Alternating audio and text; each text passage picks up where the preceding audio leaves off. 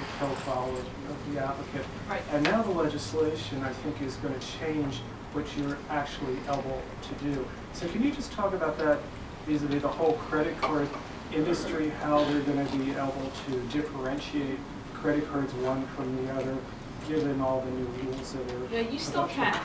Like if you're a riskier customer and therefore it costs more to serve you, we can still, if we can kind of tell you're a riskier customer, your interest rate will likely be higher. But we cannot, and if you're not a risky customer, if you're a really good customer, then your profile tells us that you're going to pay us back every month, chances are your interest rate's going to be lower. The point is that if all of a sudden you're a not risky customer and you become risky, we can't reprice, we can't raise the APR on your existing balance.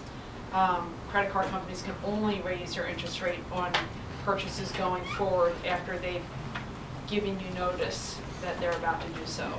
So you can still do risk-based pricing based on what you know about somebody at the outset. You just can't reprice somebody back from when they bought that refrigerator 5 years ago. Okay, so given the trend of consumer credit worsening, how are you all going to deal with something like that? I do believe that in general, the cost of credit will go up for everybody by some measure. If 2 years ago people could get credit cards at 7.9%, you won't be able to anymore. It'll probably be around 9%.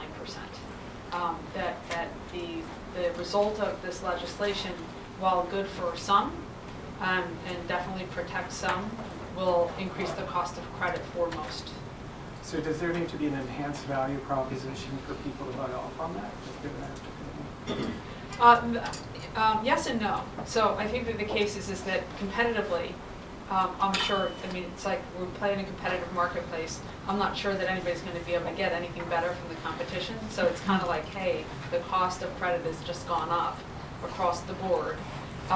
Those who pay off their bills every month still pay off their bills every month. It doesn't cost them anything. But I do believe that there will be a bunch more competition for those higher-end customers who do pay their bills off every month. And so I think you'll see a whole bunch of enhanced competitive marketing around high-end travel products and those kinds of things. I think that we've already seen the cost of transferring balances at lower rates is actually gone up dramatically. And so the cost of credit has gone up, and I'm not surprised. And value propositions will get better in pockets. But I think that for most or a certain group, you'll just see kind of leveling of the field at a higher price. Does that answer your question? Yes. Okay. Okay, in my best BBC voice. Yes, please. Hi, Lynn Osborne with Ad Management Insights. I've heard the theory that this